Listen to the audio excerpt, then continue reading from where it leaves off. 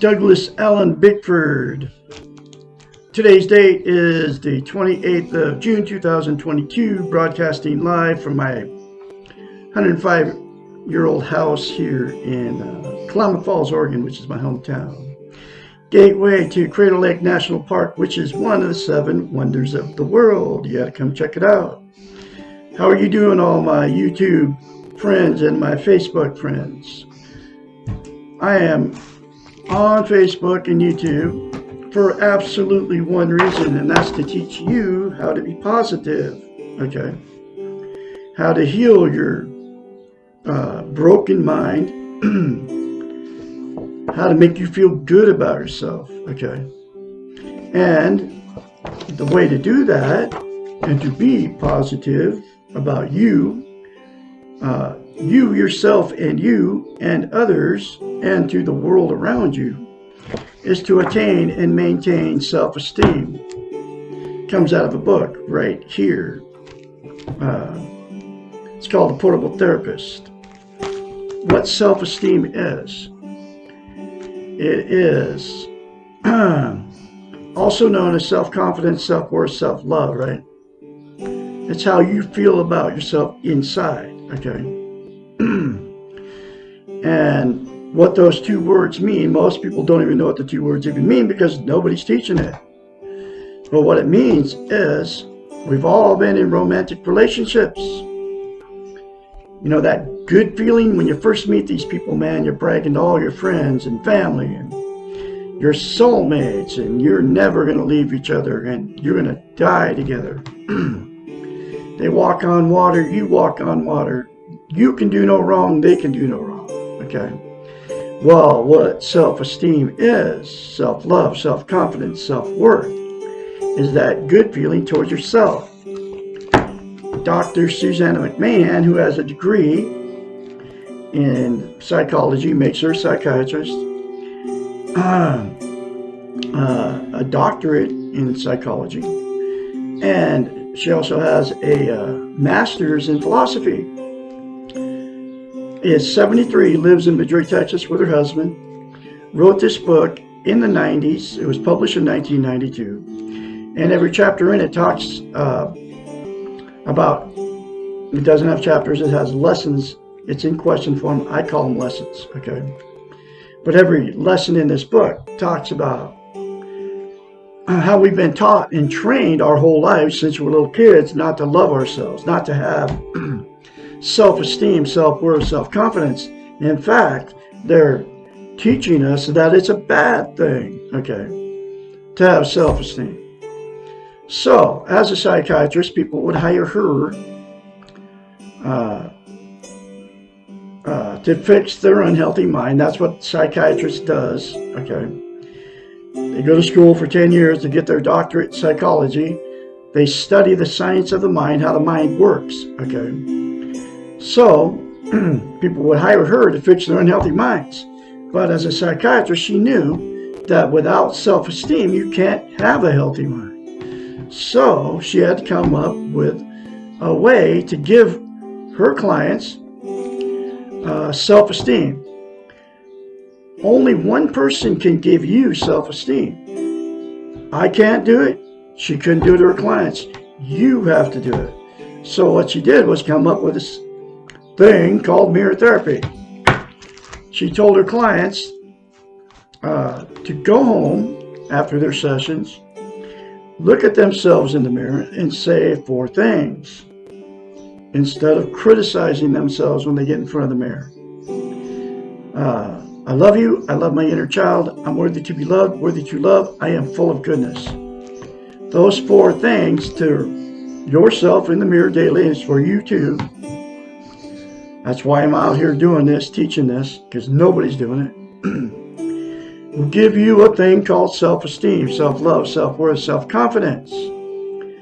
And you have to say those 4 things to yourself in the mirror daily for the rest of your life, folks. Because it will instantaneously give you self-esteem, like if you go do it in front of the mirror today, right? It'll give you self-esteem. But to maintain that self-esteem, You have to practice it daily. It's like lifting weights. If you start lifting weights and stop, you have to start over from scratch. It is the exact same thing for the brain. Okay. That's why you have to say it daily for the rest of your life. Okay. And the reason that she came up with mirror therapy and why it's so powerful and why she came up with it, a psychological event happens in our brain. We can't lie to ourselves in the mirror. So that's why you can very easily get in front of the mirror when you're shaving as a man or when you put your makeup on as a woman and think or say bad things about yourself, okay? Because that's how you feel about yourself. And you can't say good things to yourself in the mirror. Those 4 things are very good things to say to yourself in the mirror because you can't lie to yourself in the mirror. So, the very first time you do it, folks, you'll have to force yourself to do it like I did, okay? And it'll seem very awkward and strange, okay? And it'll make you feel so weird you won't want to do it. But get beyond that feeling and force yourself to do it and say it anyway. The more you say it, the more you'll feel it and the more you believe it. Guaranteed, folks, it works. And it worked on all her clients. And it worked on me because I am one of her clients now. And I'm also her spokesperson, telling you how to love yourself, how to get it, and how to maintain it, right? The reason that it is so vital that you have self-esteem, attain it and maintain it, is because you can't be content without it. What content means is you feel good about how, where, and what you are. It's also known as internal peace. There are 11 things that people are using to try to be content. They are Facebook, drugs, alcohol, sex, food, gambling, television, religion, another person, material possessions, or money. Those 11 things are known as externals. They're outside of yourself. There's absolutely only one thing that will make you content temporarily, but it never lasts. The only thing that will make you permanently content is to say 4 things to yourself in the mirror daily for the rest of your life. Literally, folks. But it is that simple. Okay. Once you say it the first time, and you force yourself to keep saying it, the more you feel it, the more you believe it. And then you will have internal peace. Okay. This next thing that without self-esteem happens. Okay. We can't love or be loved. So we get ourselves, we'll attract somebody just like you that doesn't love themselves. And you get married or you don't get married, you just hang out, right? Then after the good feeling goes away of that relationship that you thought was love, you all know it, I've had it, okay, many times. The relationship will become toxic with you without self-esteem. That's when the fights and the arguments start, the cheating, the going to bars, picking up people to have sex with, the drug and alcohol use, the going to your family and friends and telling people how bad these people are to you. Both sides do the same thing. And then because of the relationship turned toxic, I mean, you'll go to therapy and everything, and nothing will fix it. Even apologize to each other, but it'll just keep happening over and over again with you without self-esteem. Okay, but because the relationship turned toxic and you've tried many things to try to fix it,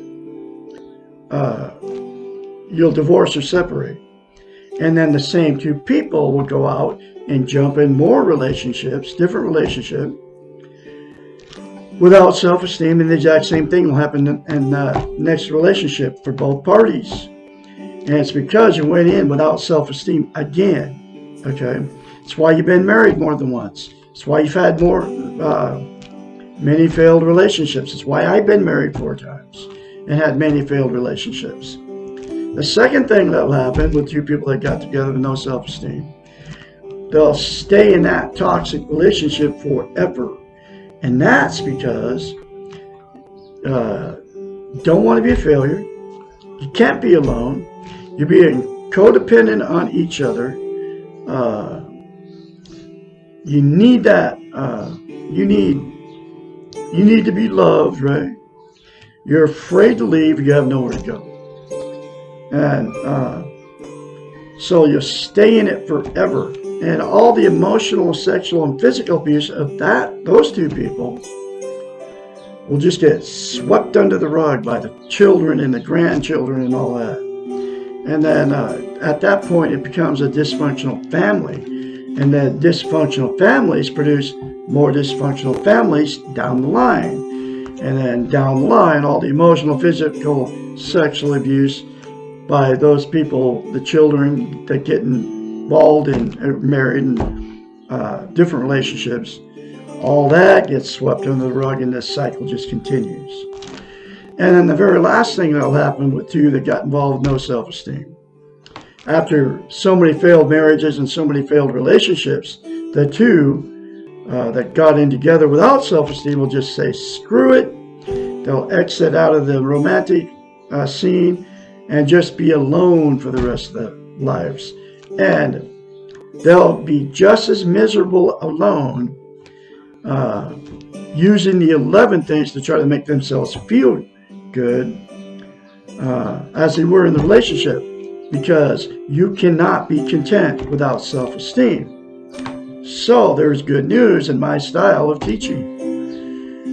I always have a solution to the problem, and the solution is the 4 things to yourselves in the mirror daily for all parties involved in all these different relationships, marriages, and people that are all alone out there, will fix the loneliness. It'll fix the toxic relationship. If you're in a toxic relationship and the other person doesn't want to change and go through the change like you want to go through, then it'll give you the strength to get out and away from these people, okay, that are abusing you emotionally, physically, or sexually. And it is that simple, folks. And then get the book, The Portable Therapist, and do the many other concepts. Read it together if you're in a toxic relationship. Do the many more concepts in this book, both of you together. It'll fix your toxic relationship, your toxic marriage. Guaranteed. And the person that's all alone out there, you will be able to live happily ever after alone, or even then you'll be able to find a healthy relationship, because you can't attain a healthy relationship until you have self-esteem, self-worth. You have to love yourself before you can ever love somebody else. That's the way it is. Anyway, so I'm teaching another lesson out of this book from Dr. Susanna McMahon, The Portable Therapist. And here's that next lesson. Lesson 42. I have been doing this all my life. Why change now? Because it no longer works. We do not change when life is working for us. We only change when something has gone wrong. The problem with the doing model is that it works for a while. When it stops working, we tend to believe that something is wrong with us and not with the model. Usually, when we are feeling good about our lives and ourselves, we are not seeking change. When we are looking for new answers, something is not working. Timing is everything, and we all have our own time. We will feel the need to change only when it is our time to change. We will know when this time occurs, because we will be in pain and we will be willing to try something new and different to alleviate the pain. It happened to me. I left my fourth marriage, and it was toxic. It lasted 3.5 years. I mean, I literally left everything I owned to get away from this woman because she was threatening to kill a third cat. I was in serious pain, man. I was looking for something new, man. I had no idea what I was doing until I accidentally found this book. I don't believe in coincidence. I believe I went to my son's house was where I found this book. I call God the Great Spirit. I believe I was directed to my son's house just to get the book, okay? Because it blew up there after 6 days after I was at his house in an old RV that nothing worked in it.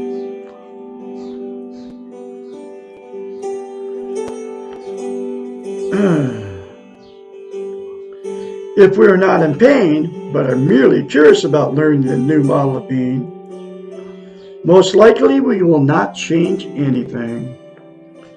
Curiosity is not a good incentive for pain or for change. Pain is. It is so true. If this is not your time for change, accept that and love yourself for being where you are. If this is your time, know that the change will also be painful, and it is very painful, folks. But the pain of change is cleansing and leads to growth. And man, I have grown in the last 20 months because I left her almost 20 months ago. Growth is development, and development means letting go of things that have worked before but do not now. Development means learning new things that are strange and sometimes frightening. Like I just told you, say 4 things to yourself in the mirror. You thought, whoa, that's weird, because nobody's ever taught it to you before. Let go of the idea that there is something wrong with you because you can no longer function in the same ways that you have always before. No one else can decide when it is your time to change. You will change, and the new tools will make sense, and only when it is your time. That's why you can't say when I tell you that. It's not your time yet. It will be your time someday. Maybe you'll see that video then, or this video then. But we'll see. I'm going to keep doing what I'm doing because it's my life's work to teach you how to love yourself.